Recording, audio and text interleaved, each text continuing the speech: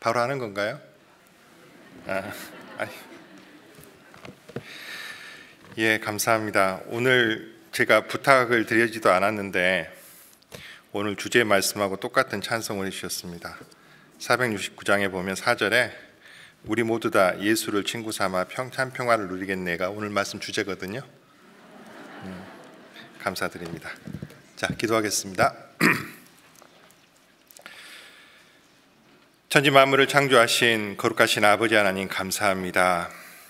오늘도 하나님께서 우리를 모아주시고 하나님 말씀을 배우고 교제할 수 있는 귀한 시간 허락하심을 감사드립니다. 우리 서울중앙교회 어머니회 형제 자매님들 정말 하나님께서 함께 하셔서 합당하고 귀한 말씀으로 마음을 울려주시고 하나님 앞에서 우리가 어떻게 살아야 될지를 알게 도와주시고 오직 그것을 통해서 하나님께 감사하며 힘을 얻고 살아갈 수 있도록 도와주시옵소서. 오늘 또 이렇게 우리를 통해서 마땅히 행하기를 알게 하셔서 이제 코로나 때문에 많이 움츠려 있던 것들을 펴고 이제 교제하고 봉사하며 전도할 수 있는 힘을 얻을 수 있도록 도와주시옵소서. 오늘 이제 시작합니다. 마치는 시간까지 오직 주 성령께서 함께해 주시길 간절히 바라며 우리를 사랑해 주신 예수님의 이름으로 기도하였습니다. 아멘. 예, 전도서 4장입니다. 전도서 4장 말씀을 보겠습니다. 전도서 4장 10절입니다. 전도서 4장 10절 말씀, 제가 읽겠습니다. 혹시 저희가 넘어지면 그 하나가 동물을 붙들어 일으키려니와 홀로 있어 넘어지고 붙들어 일으킬 자가 없는 자에게는 화가 있으리라. 서두에 말씀드린 것처럼 오늘은 어떤 친구를 사귈 것인가에 관해서 말씀을 드리려고 합니다. 그리고 이제 결론은 아까 말씀드린 것처럼 469장 4절에 있는 것처럼 우리 모두 다 예수를 친구 삼아 참 평화를 누리겠네가 되겠죠. 원래 결론은 맨 마지막에 해야 되는데 아무튼 그래서 우리가 정말 어떤 친구를 사귀어야 될 것인지, 왜냐하면 우리가 신앙생활하는 가운데 사실은 함께 같은 시대를 살아가면서 같은 지역에서 주님 나라 갈 때까지 우리가 정말 어떤 사람들과 함께 사귐을 가져야 되는지 이거 굉장히 중요한 이야기입니다.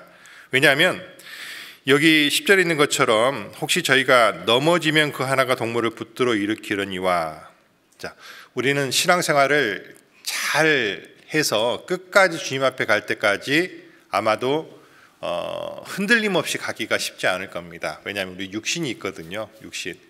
왜냐하면 우리는 마음속으로 알지만 육신이 있어서 행하지 못할 때가 많습니다. 저도 그렇습니다. 아무리 살을 빼려고 해도 배가 잘 안 들어가요. 모르는 게 아니라 알거든요. 지적도 많이 받고 저도 알고 반성도 많이 하는데도 불구하고 안 됩니다. 물론 안 된다고 하는 것도 핑계겠지만 어쨌든 우리는 육신이 있다 보니까 가끔씩 넘어질 때도 있고 낙심할 때도 있고 그렇거든요. 그런데 그럴 때 혹시 혼자 있어가지고 넘어서서 붙들어 일으킬 자가 없는 자에게는 화가 있다. 즉 그리스도인들이 혼자 사는 것, 혼자 신앙생활하는 것처럼 위험한 것이 없습니다. 바꿔 말하면 옆에 누군가가 함께 있어줘야 된다라는 것이 하나님의 말씀입니다. 그러면 어떤 사람들과 사귀는 게 좋을까라는 것을 이야기하고 우리가 어떻게 살아야 될 건지를 이야기하려고 합니다. 그런데 오늘은 어떤 사람들과 사귀어야 될지를 이야기할 때 구약시대에 아주 훌륭한 왕후에 속했던 여호사밧이라고 하는 그 유다의 왕 이야기를 해보려고 합니다. 여호사밧은요 정말 훌륭한 왕이었거든요. 근데 이 사람이 정말 큰 실수를 한 가지 했습니다. 사귀어서는 안 될 사람을 잘 사귀려고 노력을 했어요. 그래서 결과적으로는 3대가 망했습니다. 왜냐하면 여호사밧의 후손, 그러니까 남유다의 왕위를 이어받아서 왕을 했던 사람 중에 여러분들 마태복음 1장에 보면 예수님의 족보가 있죠.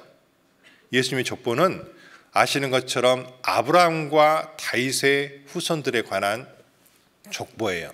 근데 그 족보에 이상하게도 여호사밧의 아들까지는 있는데 밑에 손자, 손자, 손자 3명의 왕의 이름이 빠져 있습니다. 물론 성경에는 왜 그들의 이름이 빠졌는지에 대한 아무런 설명이 없습니다. 그런데 그때 이제 그 유명한 남유다의 여왕이 있었습니다. 여왕 노릇을 했던 아달랴라고 하는 여자가 있었는데 이세벨의 딸이거든요.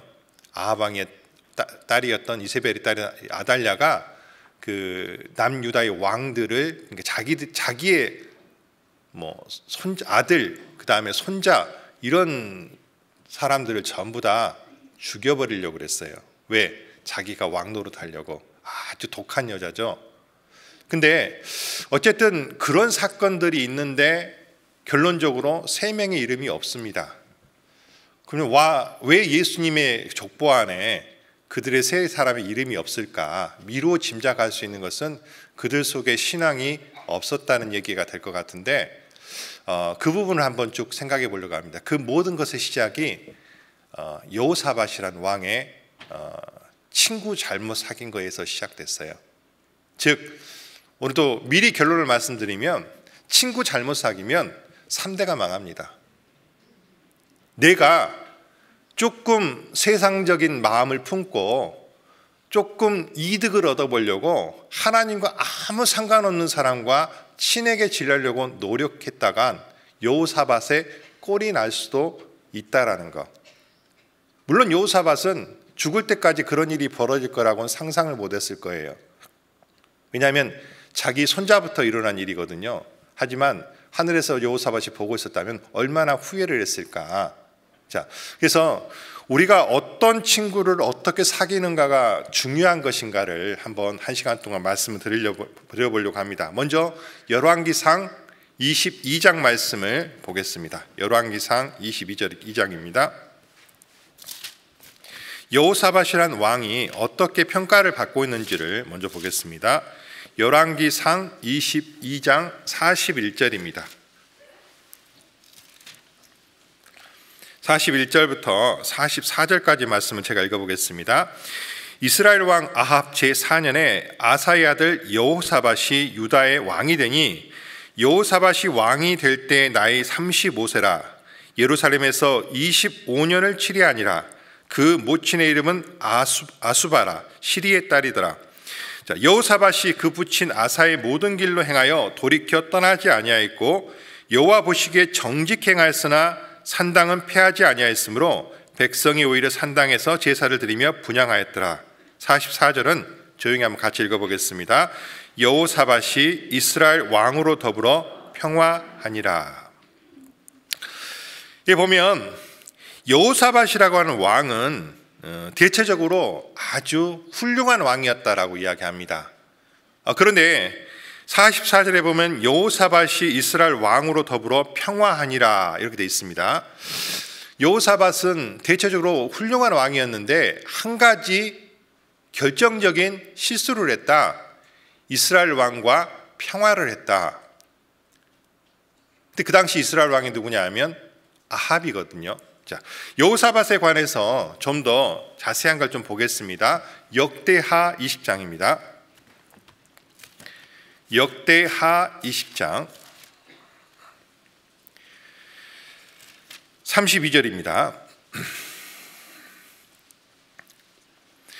여호사밧이 그 부친 아사의 길로 행하여 돌이켜 떠나지 아니하고 여호와 보시기에 정직히 행하였으나. 자, 여호사밧은요 자기 아버지 아사도 훌륭한 왕이었거든요. 유다 왕 가운데 훌륭했던 왕인데 그 아버지처럼, 그러니까 아사가 다윗의 길을 뗐고, 그러니까 다윗이 했던 것처럼 훌륭하게 했습니다. 여호와 보시기에 정직히 행했는데 이 사람이 이제 어떻게 행했는지가 구체적으로 앞에 17장을 보겠습니다. 역대하 17장입니다.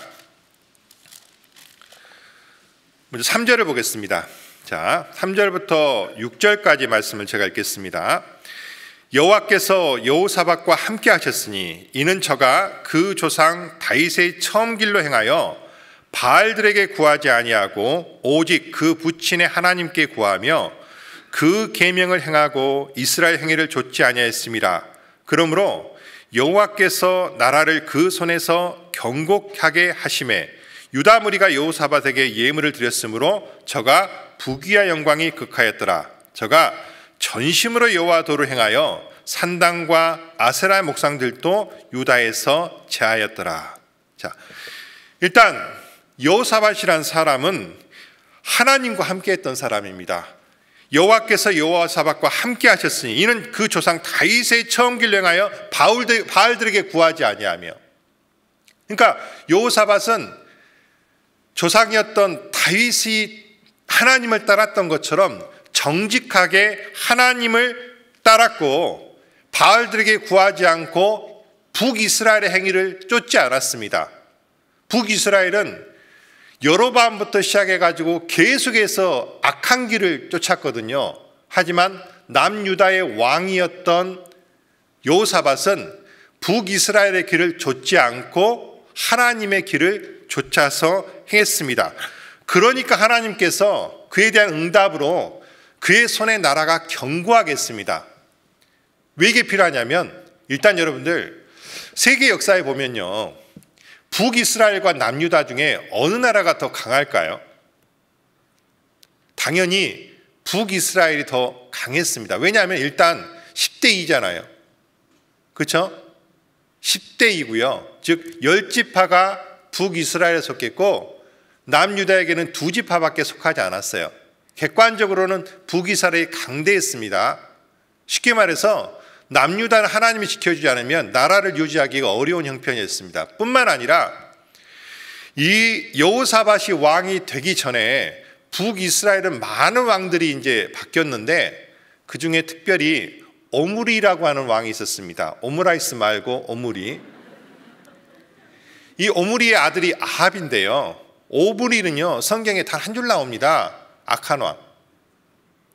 근데 오므리가 뭐한 왕이었냐면 북이스라엘의 수도가 사마리아잖아요.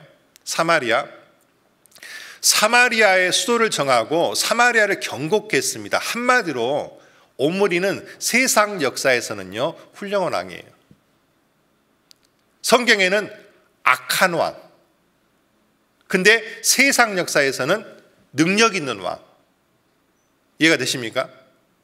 나라를 강대하게 했던, 북이스라엘을 강대하게 만들었던 능력 있는 왕이 오므리예요. 오므리. 그리고 그 오므리한테 아주 그나마 굉장히 강대한 나라를 물려받은 사람이 아합입니다. 아합은요 한마디로 금수저였어요. 아버지한테 훌륭한, 그러니까 세상적으로 강대한 나라를 물려받은 왕. 자, 북이스라엘이 강대해지면 상대적으로 남유다 입장에서는 조금 어떻습니까? 두려움을 느끼겠죠.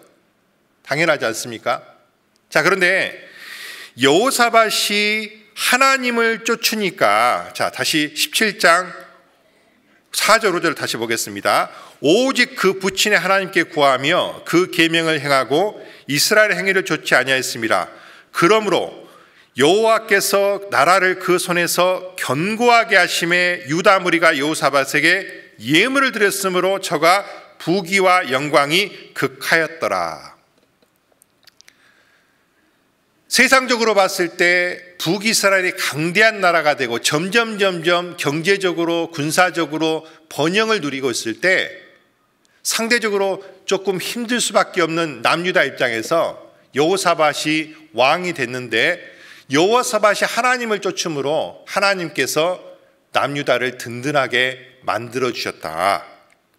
그래서 전심으로 여호와의 도를 행했다라고 6절에 되어 있습니다. 즉 이 여호사밧은요 정말 하나님을 쫓으니까 하나님께서 마치 솔로몬이 구하지도 않았는데 덤으로 더 많은 걸 주셨잖아요. 그런 것처럼 하나님을 온전히 쫓으니까 덤으로 많은 걸 주셨습니다. 뿐만 아니라 주변 국가 가운데 아람이란 나라가 쳐들어온 적이 있었습니다. 아람은 현재 이제 시리아 쪽인데 그 나라가 쳐들어왔을 때 도저히 군사적으로는요 이길 수가 없었어요. 지금 뭐 우크라이나하고 러시아하고 전쟁을 하고 있어서 다들 좀 불안하고 그런 게 있으실 텐데 뭐 그런 것처럼 아람이란 나라는 아주 강대한 나라였었고 남유다는 상대적으로 굉장히 약소국에 불과했는데 그 전쟁에서도 하나님께서 남유다 여호사밧을 도와주십니다. 20장입니다.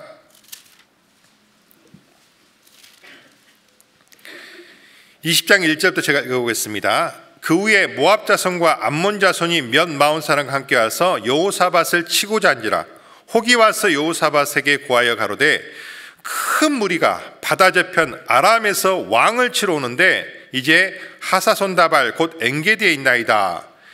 여호사밧이 두려워하여 여호와께로 낯을 향하여 간구하고 온 유다 백성에게 금식하라 공포하며 유다 사람이 여호와께 도우심을 구하려 하여 유다 모든 성읍에서 모여와서 여호와께 간구하였더라. 자, 전쟁의 소문이 오니까 얼마나 두렵겠습니까? 생각해 보세요. 이게 강대한 나라가 아니라 약소국이잖아요. 영토도 작고, 왜냐하면 뭐 10지파는 저쪽에 띄워주고 이쪽에 2지파밖에 없는데 양서국에다가, 그러니까 그 강대한 나라가 쳐들어온다고 하니까 얼마나 두려웠겠습니까? 근데 여호사밧이 하나님께 낯을 향하고 온 백성에게 금식하라 공포하고 그리고 모든 사람들과 함께 여호와께 간구하였습니다. 그래서 12절을 보겠습니다. 우리 하나님이여 저희를 징벌하지 아니하시나이까? 우리를 치러 오는 이 큰 무리를 우리가 대적할 능력이 없고 어떻게 할 줄도 알지 못하였고 오직 주만 바라보리이다 하고 유다 모든 사람은 그 아내와 자녀와 어린 자로 더불어 여호와 앞에 섰더라. 생각해 보세요. 아내와 자녀들과 함께 하나님만 쳐다보고 있는 거예요. 왜? 능력이 안 되니까. 군사적으로 대응할 능력이 안 되니까 하나님만 쳐다보고 있는 겁니다. 이 전쟁에서 누가 이겼을까요? 여호사밧이 이겼습니다. 남유다가 이겼습니다. 자, 23절입니다. 곧 암몬과 모압 자손이 일어나 세일 거민을 쳐서 진멸하고 세일 거민 멸한 후에 저희가 피차 사륙하였더라. 유다 사람이 들망대에 이르러 그 무리를 본즉 땅에 엎드러진 시체뿐이요 하나도 피한 자가 없는지라. 자, 한마디로 유다가 기적적으로 이겼습니다. 30절입니다. 29절 이방 모든 나라가 여호와께서 이스라엘의 적군을 쳤다 함을 듣고 하나님을 두려워한 고로 여호사밧의 나라가 태평하였으니 이는 그 하나님이 사방에서 저희에게 평강을 주셨음이라. 그러니까 여호사밧은요 비록 약소국가의 남유다의 왕이 되었지만 하나님을 온전히 쫓음으로 말미암아 하나님이 함께 하셨고 주변에 정말 강대한 나라가 쳐들어왔음에도 불구하고 어떻게 했습니까? 기적적으로 하나님의 도우심으로 나라를 지켜냈던, 그리고 나라와 백성들과 아이들과 그 여자들을 지켜냈던, 지금 젤렌스키하고 비교가 안 될 정도로 뛰어난 그런 왕이었어요. 어떻게 감히 젤렌스키하고 비교하겠습니까? 젤렌스키도 아주 훌륭한 대통령이지만 그 보면 참 감동되잖아요. 아무튼 그런 왕이었는데 이 여호사밧이 모든 걸 잘했어요. 근데 한 가지 실수를 합니다. 자, 18장 1절입니다. 18장 1절 제가 읽어보겠습니다. 여호사밧이 부귀와 영광이 극하였고 아합으로 더불어 연혼하였더라. 두어의 후에 저가 사마리아에 내려가서 아합에게 나갔더니 아합이 저와 종자를 위하여 우야기 망을 잡고 가서 길랄 나무치기를 권하더라. 자, 여호사밧이 부귀와 영광이 극했는데 아합으로 더불어 연혼했다. 한마디로 아합 가문과 혼인을 맺음으로 말미암아 인척관계를 맺었다, 이 뜻이에요. 쉽게 말해서 여호사밧 자기 아들이 있었는데 며느리를 누구로 맞았다? 북이스라엘 아합 왕한테 가고, 우리 자식들끼리 결혼시킵시다. 나 아들이 있는데. 거기 딸이 있죠.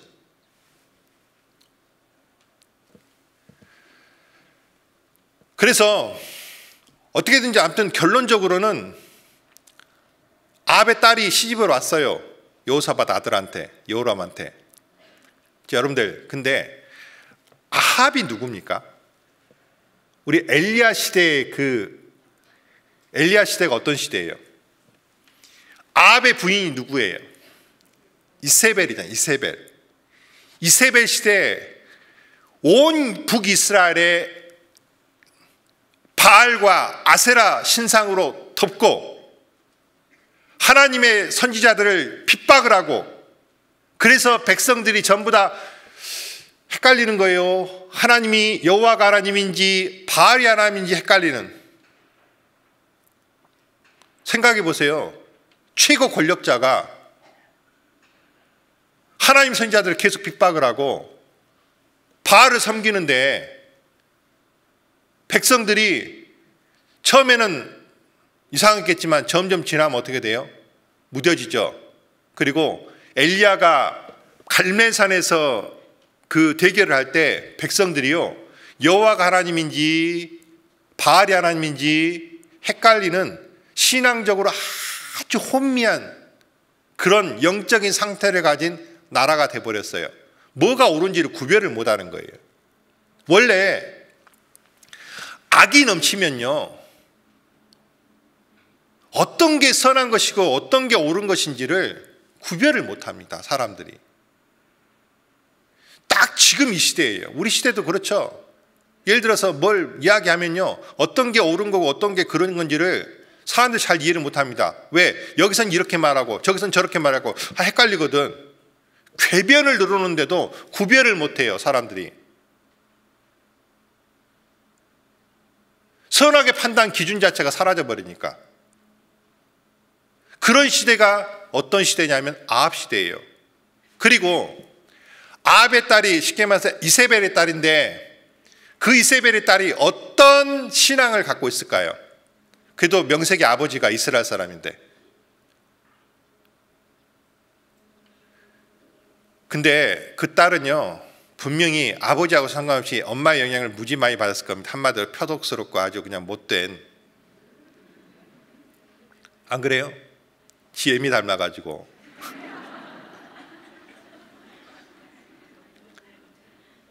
그게 나중에 아달랴입니다. 어쨌든 이게 보면 북이스라엘에서 가장 악한 왕이 아합이라고 성경은 이야기합니다. 자, 열왕기상 21장을 잠깐 보겠습니다. 21장, 한마디로 아합이 어떤 사람인지를 한마디로 말하고 있는 게 열왕기상 21장 25절입니다. 21장 25절 25절입니다. 자, 예로부터 아합같이 스스로 팔려 여호와 보시기에 악을 행한 자가 없음은 저가 그 아내 이세벨에게 충동되었습니다. 저가 여호와께서 이스라엘 자손을 쫓아내신 아모리 사람의 모든 행한 것 같이 우성에게 복종하여 심히 가증하게 행하였더라. 한마디로 이세벨이란 못된 여자 때문에 아합조차도, 그러니까 아합은요, 성경에 보면 아주 이게 센 사람이 아니에요. 요즘 말로 하면 완전 뭐예요? 공처가입니다. 공처가. 그래서 정말 악한 왕이 됐어요. 왜? 자기 아내였던 이세벨에게 충동되어서 스스로 팔려 여호와 보시기에 악을 행한 자. 여러분들 이거 아세요? 우리들 많이들 그러잖아요. 저는 형제 입장이잖아요. 근데 아무리 아내가 악하게 해도요, 실질적인 그 책임은 누구한테 있냐면 남자한테 있어요. 충동되는 건 좋아요. 근데 스스로 팔린 겁니다. 그러니까 어떤 사람들은요, 이거 이세벨 때문에 아합 불쌍하다 그러는데 결론은 책임은 아합이 져야 됩니다. 아무리 아내가 그래도 남자가 줏대가 있어야지. 자기가 하나님 앞에 서야죠. 안 그래요? 어떻게 생각하세요? 아내가 아무리 충동을 하고 유혹을 해도 자기가 그렇게 못한 것은 결국은 남자 책임이에요. 남자 책임. 형제 책임이에요. 형제 책임. 예? 안 그래요? 저는 그렇게 생각합니다. 어쨌든 악하게 된 것은 이세벨 때문이기도 하지만 사실은 아합 때문입니다. 아합이 죄송합니다. 멍청해서 그래요. 예? 어쨌든 아합이란 사람이 그런 사람이었는데, 자, 이 아합과 혼인관계를 맺으려고 하는 거예요. 근데 여러분들, 이것을 하나님께서 막으셨습니다. 선지자를 보내서 하지 말라고 해요. 자, 역대하 19장입니다. 역대하 19장, 아까 18장에 보면 연혼했다고 되어 있는데 19장 1절부터 제가 읽어보겠습니다. 여기 보면 앞에 18장에 이제 이야기가 있습니다. 아합이 우리 전쟁에 같이 나갈까요? 그래요. 근데 그 전쟁이 무슨 전쟁이냐면 아합이 죽는 전쟁이에요. 여러분들 아시죠? 전쟁에서 적군이 그냥 우연히 활을 딱 쐈는데 아합이 맞았죠. 근데 아합은 자기가 꼭 그때 전쟁에 죽을 것 같으니까 어떻게 했습니까? 여호사밧은 왕복 입혀놓고 자기는 어떻게 했어요?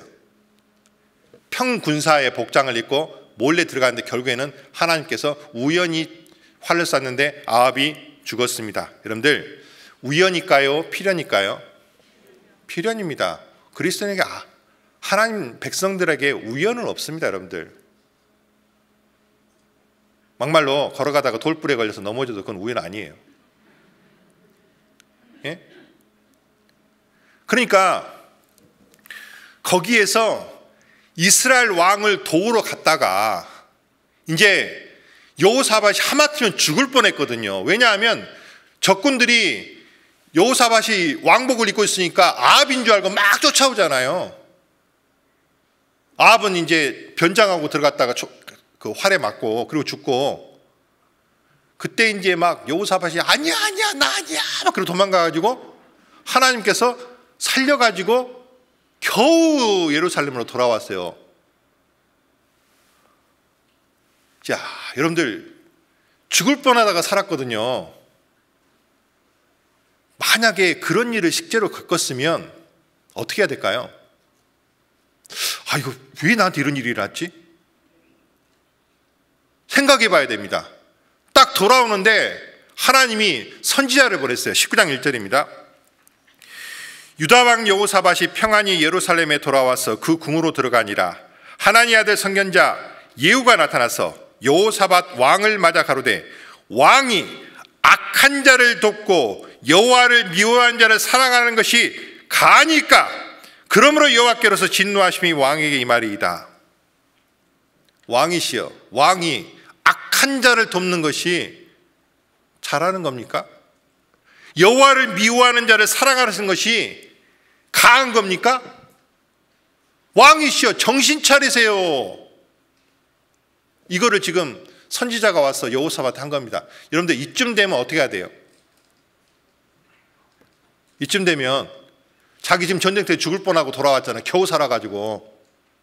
그리고 선지자가 와가지고 악한 자가 누구겠어요? 당연히 아합이지.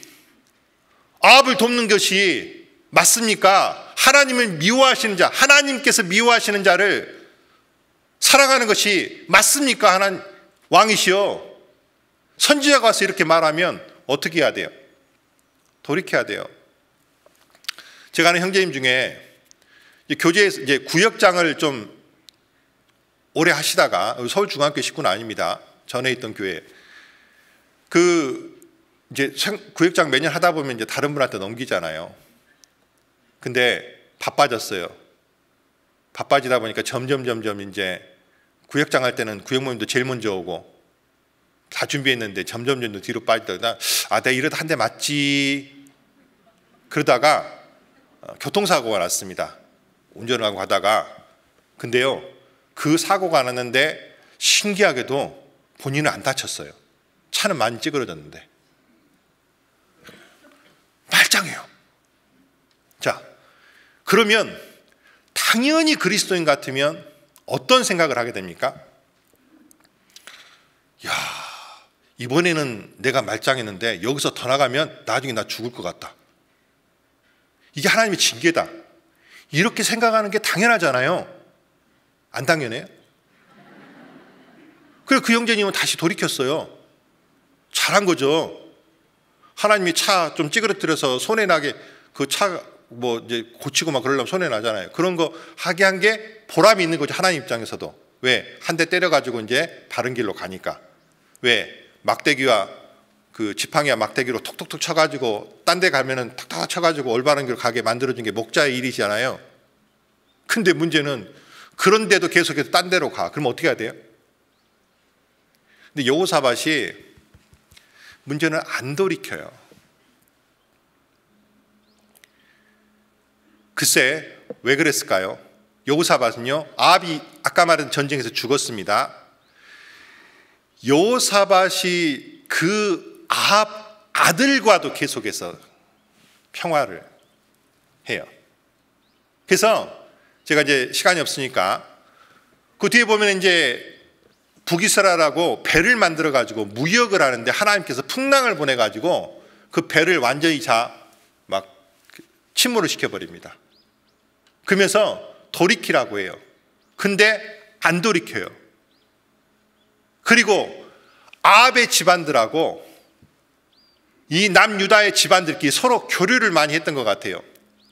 나중에 보면 예후란 사람이 북이스라엘에 나타나가지고 이세벨을 죽이잖아요. 그때 어떤 일이 있냐면 보니까 남유다의 그 왕자들이 전부 다 오는데 어디 가냐 그러니까 아합 집안의 그 왕자들을 만나러 간다고, 지금 친선 교류하러 간다고. 그러니까 예후가 그 사람들 전부 다 죽여버립니다. 그래서 결론은 이제 뭐냐면 그렇게 해서 여호람이 왕이 됐는데, 그러니까 여호사밧도 죽고 아들이 여호람이 왕이 됐는데, 여호람이요 자기가 세력을 얻으니까, 자, 여호람의 부인은 누구예요? 이세벨 딸이죠. 세력을 얻으니까 자기 동생들을 다 죽입니다. 그리고 여호람도 죽을 때 아달랴가, 즉 여호람의 부인이 자기 손자들, 아들 손자들을 씨를 말려버리려고 그래요. 그때 아시는 것처럼 하나님께서 그 누구예요? 여호야다라고 하는 제사장을 통해 가지고 깐난쟁이 하나를 숨겨요, 겨우. 그러고 몇 년 동안 성전에게 숨겨놨다가 나중에 구테타를 일으켜서 아달랴를 몰아내고 왕을 삼죠. 그 이야기는 성경책 읽어보시기 바랍니다. 이거 다 보려면 시간 안 되니까. 여러분들, 그 아달랴가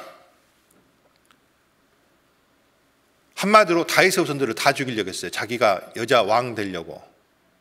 그게 누구의 역사일까요? 당연히 마귀의 역사죠. 마귀는 누구를 없애려고 하니까? 예수님이 오는 것을 막으려고 하니까. 예수님이 누구의 후손 오신다 그랬어요? 다윗의 후손으로. 즉 마귀 입장에서는 예수님 태어날 때도 베들레헴에서 났던 그 깐나네들 헤롯에 의해서 다 죽였잖아요. 예수님 죽이려고. 마귀잖아요. 아달랴가 마귀의 쓰임을 받아서 다윗의 후손들을 전부 다 씨를 말려버리려고 했습니다. 왜? 예수님 못 오게 하려고. 즉 아달랴 뒤에는 사탄이 있습니다. 사탄에게 팔린 여자가 남유다 다윗의 후손의 며느리로 들어온 거예요. 며느리. 그래서 결론적으로 여호람의 아들. 자, 마태복음 1장 봅시다. 마태복음 1장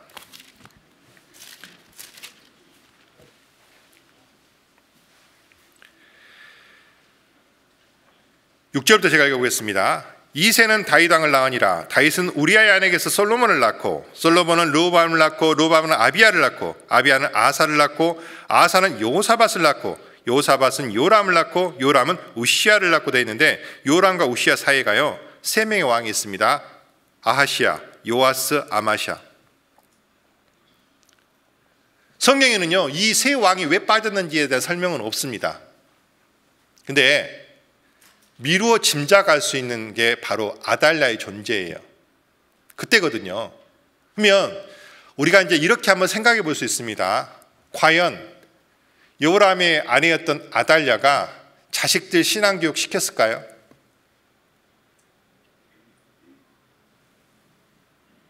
물론 요아스라는 왕은요 그 대제사장의 손에서 컸어요.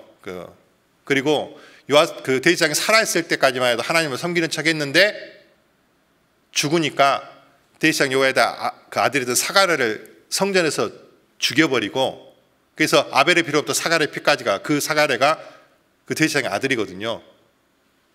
나중에는 완전히 악한 왕이 돼버렸습니다. 그러니까 근본 본심 자체가 완전히 돌아가 있죠. 아무튼 왜 3명의 왕이 빠져 있을까? 족보에. 아마도 이것도 성경에는 없는 말입니다. 천국 가면 이 3왕 못 보지 않을까 싶어요. 한마디로 영적으로 망했죠. 이유가 뭐예요? 자, 다시 이제 올라갑시다. 이유가 뭡니까? 뭐 때문이에요? 악과 평화했기 때문입니다. 왜 평화했을까요? 일단 왜 하나님과 상관없는 그 사람과 평화를 했을까요? 그리고 그렇게 여호사밧은 전쟁통에서 죽을 뻔하기도 하고 선지자가 와서 몇 번이고 경고를 했음에도 불구하고 왜 그걸 돌이키지 못했을까요? 일단 처음에 북이스라엘 왕과 평화했던 이유는 아마도 이랬을 겁니다. 아까 말한 것처럼 북이스라엘이 상대적으로 강했고 남유다가 약했다고 그랬죠. 하나님께서 방비를 해주시고 강대하게 하셨지만 많이 피곤했을 거예요. 항상 불안하고. 근데 인간적인 방법으로 혼인동맹을 맺으면, 약속하면 어떻게 돼요? 설마 자기 딸 보내고 전쟁하겠어? 자기 딸 시집 보내놓고 우리를 치러 오겠어? 일종의 평화 조약이 맺어진 거잖아요. 인간적인 평화를 얻기 위해서, 그 인간적인 평화를 구걸하기 위해서 영적으로 가장 비굴한 짓을 한 거예요. 하나님을 미워하고 하나님과 상관없는 사람 앞으로 가서 웃으면서 잘 지내봅시다. 손잡고, 요즘 말로 하면 기자들 앞에서 막 뭐예요? 사진 찍고, 물론 그때는 기자가 없었겠지만, 글쎄 꼭 지금 우리나라 현실하고 상관없지만 예를 들어 그때도 남북이니까 남북 평화의 시대를 열다 그러면서 아합하고 여호사밧하고 손잡고 똑같잖아요. 그래서 어떻게 됐습니까? 평화를 얻었어요, 분명히. 근데 그 사이에 이제 후에 아합도 죽고, 그 다음에 자기도 하마터면 전쟁터에서 죽을 뻔하고, 그리고 선지자가 와가지고 돌이키라고 말하는데 왜 못 돌이켰을까요? 이제 무서운 거죠. 또 비굴해지기 시작합니다. 만약에 시본 여자 돌려보내면, 자기 며느리로 왔던 시본 아합의 딸을 돌려보내면 인간적으로 어떤 일이 벌어질까요? 전쟁 날지도 모르죠. 안 그래요? 여호사밧이 그렇게 하나님을 온전히 따랐음에도 불구하고 그 마음속에서 시작됐던 그 지점을 생각해 봅시다. 매일 하나님께 간구하는 것도 힘들어. 매일 하나님께 도와준다고 하지만 난 내 눈으로 좀 있으면 좋겠어. 그래서 요즘 말로 하면 돈도 좀 많이 벌어놔야 되겠어. 예? 어떤 좋은 위치로 가야 되겠어. 필요한 것 있으면 다 좀 비빌 언덕을 만들어놔야겠어. 한마디로 여호사밧이 비빌 언덕을 만든 거잖아요. 그리고 차마 돌이키지 못한 겁니다. 그리고 질질 끌려가는 거예요. 그러니까 한 번 잘못된 길로 가면요, 질질 끌려가는 거예요. 며느리가 처음 왔을 때야 조용했겠지만 시간이 지나면서 점점 어떡할까요? 자기 본성 드러내죠. 안 그랬을까요? 그 남편도 비록 이름은 올라와 있지만 남편도 어떻게 했습니까? 자기 동생들 다 죽였거든요. 그런 악한 일을 한 데는 뒤에 이 이세벨의 딸이 있어요. 자, 우리가 생각해 봐야 할 게 있습니다. 우리 마음속에 어떤 인간적인 이득을 얻기 위해서, 좀 편안한 삶을 살기 위해서 내가 정말 가까이 해서는 안 될 사람과 너무너무 가까이 하는 경우가 혹시 있지 않습니까? 자, 물론 좀 이따 이야기했지만 우리는 세상의 모든 사람과 평화를 해야 됩니다. 왜? 전도를 하기 위해서. 근데 친구라고 하는 것은, 동무라고 하는 것은요, 마음을 나누는 거예요. 내가 전도를 하기 위해서 관계를 유지하는 것은 당연히 맞지만, 그러나 내가 그들과 정말 마음을 나누고 그럴 사람이 정말 하나님을 미워하고 하나님과 상관없는 사람과 그렇게 내가 친하게 지낼 이유가 있습니까? 그 사람이 돈 많다고? 그 사람이 권력 있다고? 그 사람이 뭐 나한테 뭐 준다고? 그 사람하고 친해가지고 맨날 골프장 다니고 맨날 어디 모임 다니고 그러면 우리는 보고 배우는 것이 세상 거예요.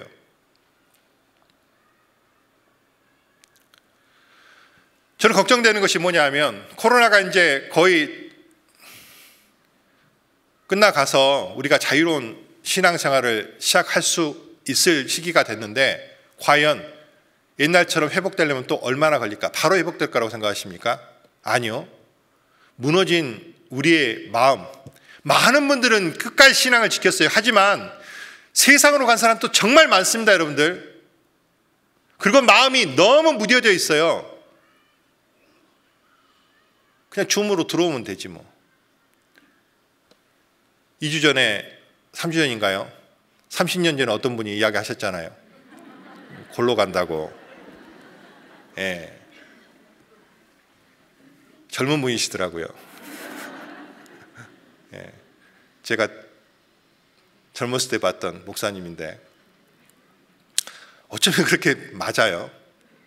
자, 우리 다시 전도서 4장으로 가보겠습니다. 전도서 4장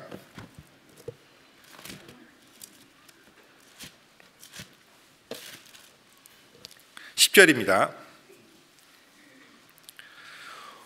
혹시 저희가 넘어지면 하나가 그 동물을 붙들어 일으키니와 홀로 있어 넘어지고 붙들어 일으킬 자가 없는 자에게는 화가 있으리라. 여러분들, 그리스도에게는 친구가 필요합니다. 왜? 친구를 왜 사귀어야 되냐면, 실족할 때 붙들어 일으켜 줄 사람이 필요하다고 성경은 이야기합니다. 혹시 넘어지면 그 하나가 동물을 붙들어 일으킬 것이다.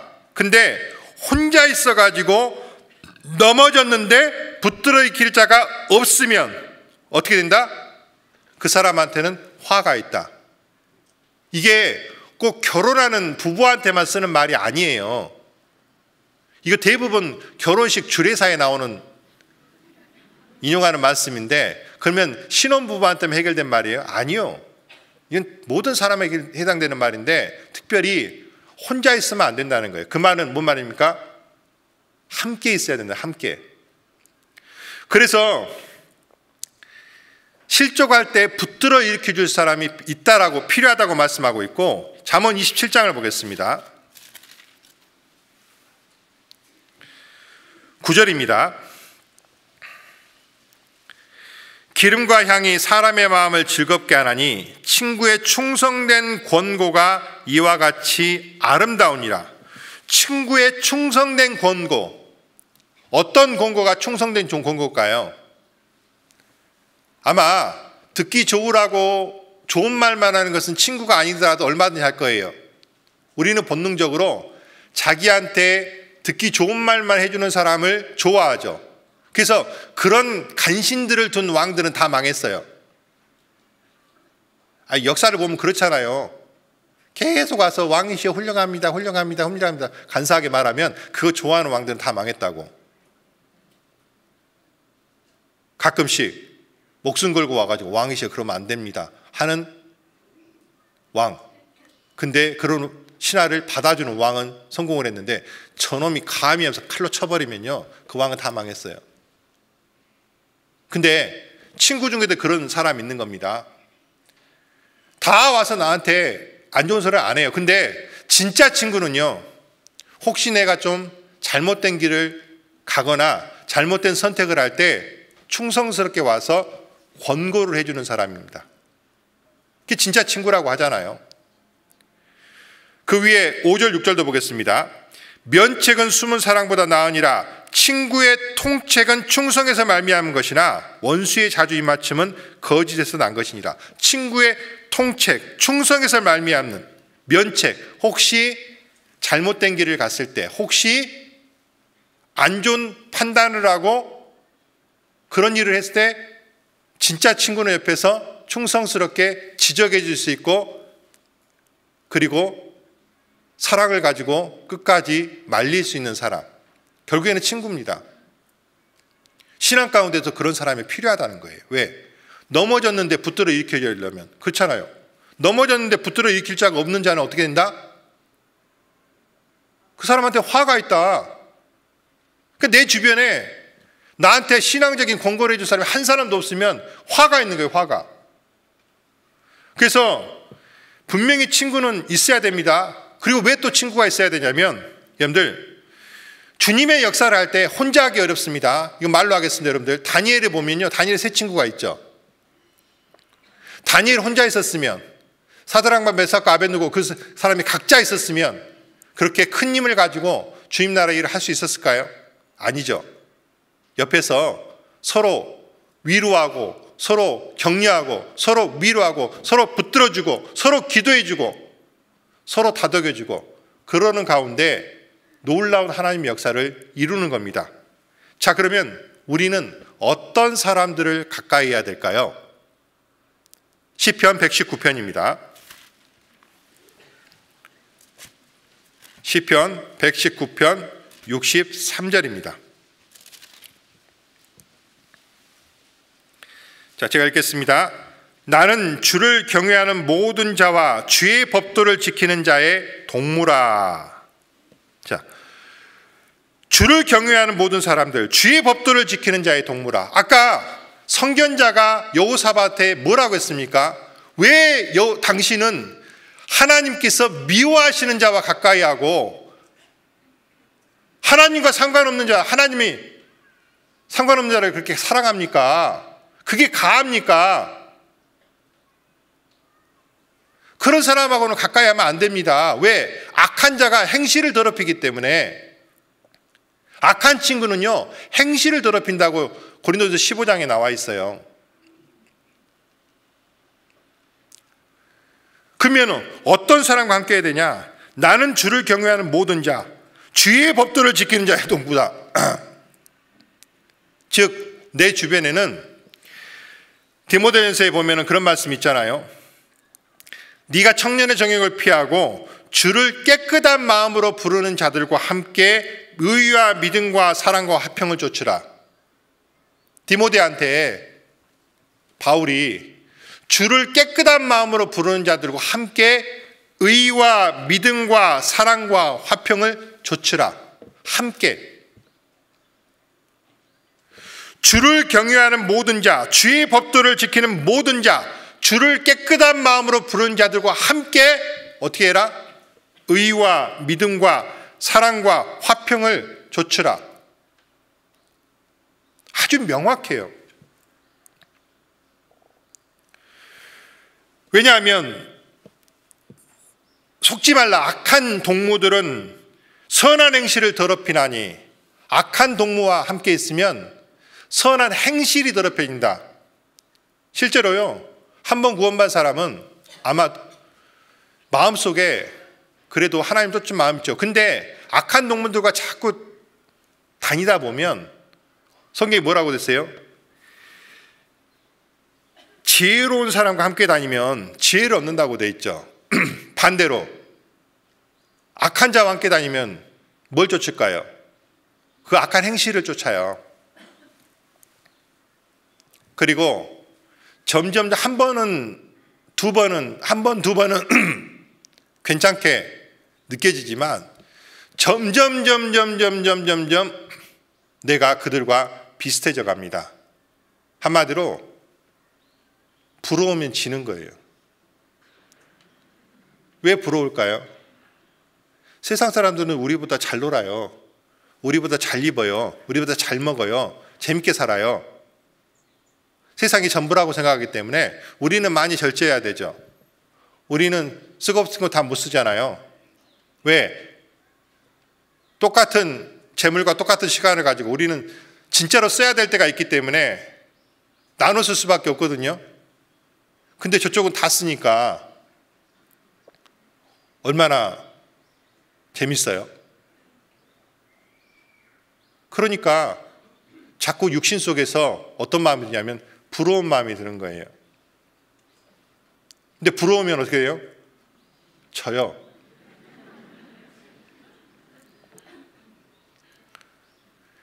보리죽을 먹고 마대푸대자루로 옷을 입어도 곧 찍어 나는 하나님의 아들이다, 하나님의 자녀다 그러면 이겨요.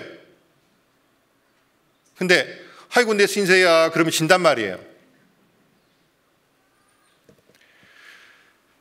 그래서 우리는 사실 그리스도를, 하나님을 경외하는 사람, 그리고 주의 법도를 지키는 자, 그리고 주를 깨끗한 마음으로 부르는 자들과 함께 하나님을 쫓아 살아야 돼요.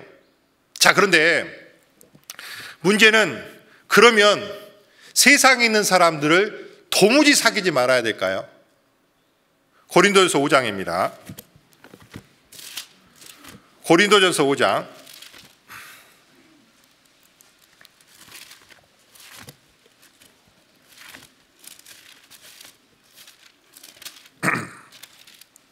9절입니다. 내가 너에게 쓴 것에 음행하는 자들을 사귀지 말라 했거니와 이 말은 이 세상에 음행하는 자들이나 탐하는 자들과 토색하는 자들이나 우상 숭배하는 자들을 도무지 사귀지 말라는 것이 아니니 만일 그리 아니면 어떻게 된다? 세상 밖으로 나가야 될 것이니라. 뭔 말입니까? 지구를 떠나야 되느니라. 옛날 개그맨 중에 김병조라는 개그맨이 지구를 떠나거라 그랬잖아요. 그 사람 이제 안 본 지가 정말 오래됐네요. 몇십 년 된 것 같아요. 진짜 지구를 떠나야 돼요. 근데 실제로 그런 사람들이 있습니다. 기독교 안에 수도원 운동하는 사람들. 그리고 또 정확히 말하면 절도 마찬가지죠.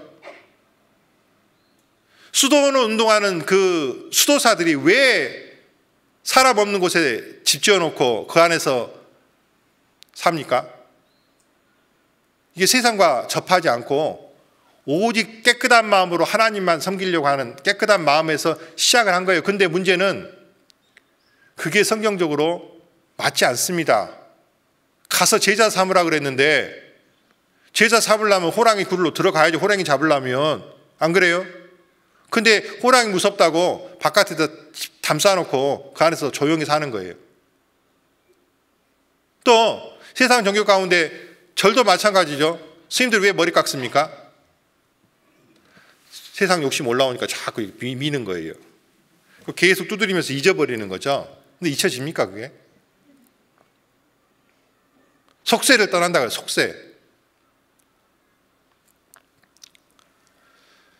그거는 하나님 뜻이 아닙니다. 그럼 어떻게 해야 되느냐? 여러분들, 예수님도요 전도하실 때 세리의 집에 갔어요. 마태의 집에 가서 그 바리새인들이 와서 힐난을 하죠. 왜 너희 선생님은 세리와 창기들과 함께 먹느냐? 세리는 그 당시에 최고의 나쁜 놈들이고, 왜? 로마 앞잡이니까. 그리고 창기는 뭐예요? 몸 파는 여자들이죠. 근데 예수님이 그들과 함께 있었습니다. 함께 식사를 하셨어요. 그러면 예수님이 그들과 함께 죄를 함께 졌습니까? 아닙니다. 그들을 전부 다 하나님께로 인들게 하기 위해서 대표적인 사람이 마태가 세리였잖아요. 세리장 삭개오도 세리장이었잖아요. 근데 예수님이 그들과 같이 죄를 졌습니까? 아니죠. 그들을 하나님께로 인도했잖아요. 한마디로 호랑이를 잡으려면 어디를 들어가야 됩니까? 호랑이 굴에 들어가야 돼요. 근데 문제는 그냥 들어가면 맥혀요. 그냥 들어가면 털레털레 들어가도 호랑이도 잡아먹긴다니까. 뭐 어떻게 해야 돼요? 최소한 총 한 자루는 들고 들어가야지. 그렇죠? 이왕이면 훈련도 좀 해가지고, 아무튼 쏘는 훈련, 피하는 훈련, 또 보면은 그냥 좀 많이 주는 소리. 즉 구원받은 사람은 하나님 말씀으로 먼저 무장을 해야 됩니다. 그래서 우리 대학생들은 사무엘 학교도 하고요. 예? 우리 자매님들은 매달 뭐예요? 이런 원래도 하고 조모임도 하고 교제를 하는 이유가 뭐예요? 하나님 말씀 무장하는 거예요. 그리고 이제 어디를 들어가야 되냐면 호랑이 잡으러 호랑이 굴에 들어가야 돼요. 무장하고. 자, 누가복음 16장을 보겠습니다. 누가복음 16장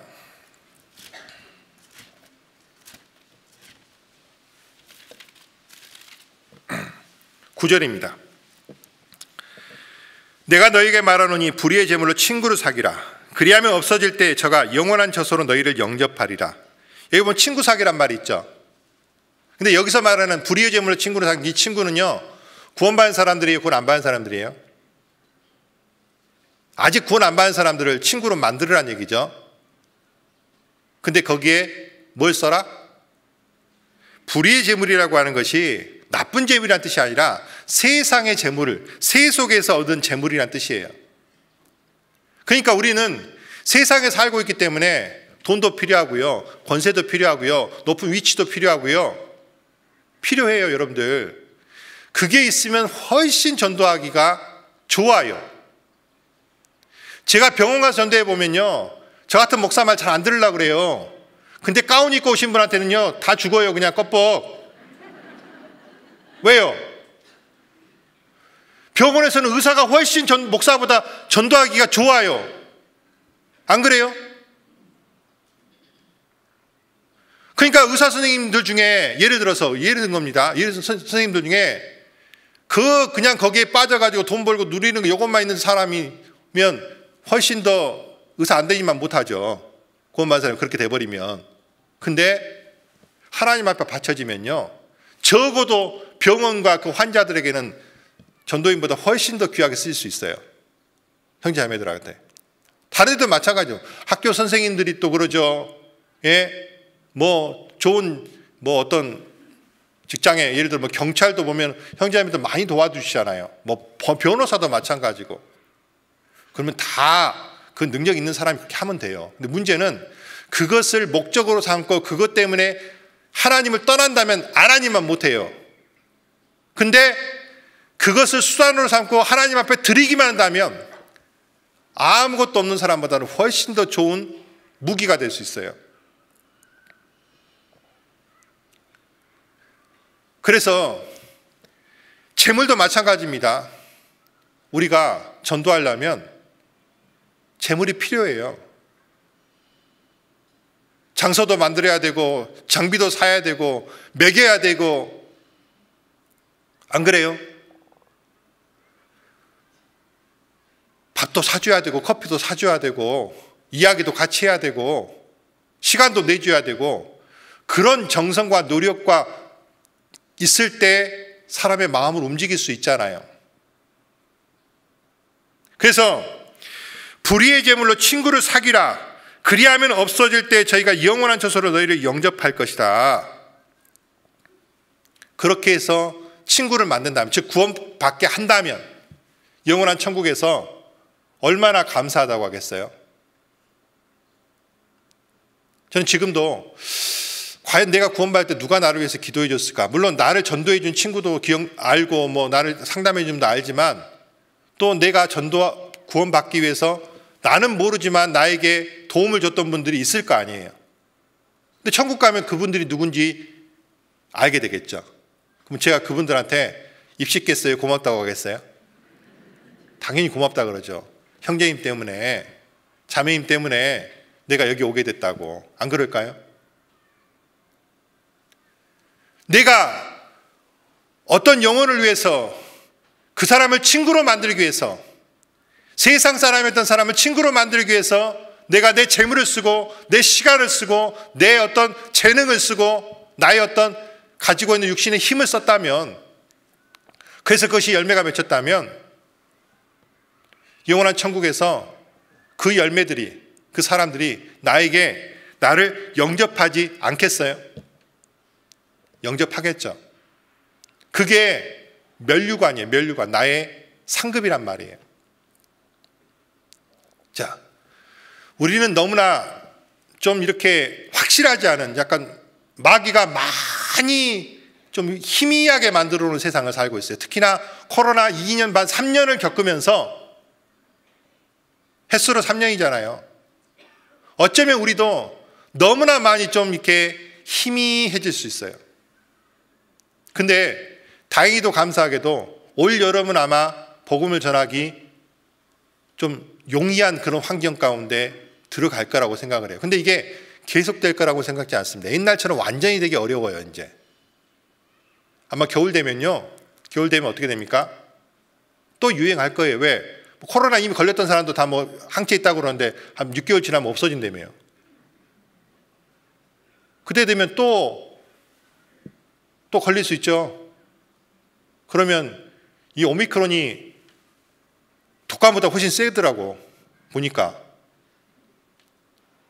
그러면 또 겨울 되면 또 우리 마스크 쓰고 다니면서 또 이 모임을 줌으로 해야 될지도 몰라요. 그때 되면 또 다른 게 나올 수도 있고. 그러니까 잠깐 우리에게 시간을 줬을 때 안 그랬으면 좋겠지만, 안 그랬으면 좋겠다는 게 희망이지만, 정말 마지막 시대 어떻습니까? 전쟁의 소문이 있겠다. 있죠? 처치에 기근이 있을 것이다. 처치에 지진이 있을 것이다. 처치에 온역이 있을 것이다. 우리 눈앞에서 벌어지고 있는 일들이지 않습니까? 이 재난의 시작이다. 우리는 재난의 시작 시기에 들어왔잖아요. 그래서 이럴 때일수록 하나님과 상관없는 사람들, 하나님을 멀리하는 사람들을 친구 삼지 마세요. 그리고 아까 469장 한번 펴보세요. 4절. 이 땅에 험한 길 가는 동안 참된 평화가 어디 있나? 우리 모두 다 누구를 친구 삼아? 예수를 친구 삼아 참 평화를 누리겠네요. 아마도 성령이 그렇게 하셨을 텐데 이 찬송을 해주신 거 너무나 감사하게 생각합니다. 평화 평화로다 하늘에서 내려오네. 그 사랑의 물결이 영원토록 내 영혼을 덮으소서. 예수를 친구 삼아서 주님 앞에 갈 때까지 우리가 온전한 모습으로 살아갔으면 좋겠습니다. 자, 기도하고 마치겠습니다. 거룩하신 아버지 하나님 감사합니다. 오늘 이 시간 우리 자매님들과 함께 귀한 말씀을 주심을 감사드립니다. 이 세상을 살아갈 때 우리가 그리스도인으로서, 하나님의 자녀로서 어떤 친구들을 사귀고 어떻게 살아야 되는지를 말씀을 통해 보게 하심을 감사드립니다. 하나님께 허락하신 이 귀한 시간들, 이 기회들을 헛되이 흘려보내지 말고 우리가 육신과 영혼이 정신을 차리고 더 깨어서 주님께서 우리에게 맡겨진 귀한 일들을 잘 감당할 수 있도록 우리에게 필요한 힘과 지혜와 능력과 모든 필요한 것들을 다 채워주시길 간절히 바랍니다. 오늘 나머지 귀한 교제 시간도 함께해 주실 것을 부탁드리며 우리를 사랑해 주신 예수님의 이름으로 기도하였습니다. 아멘.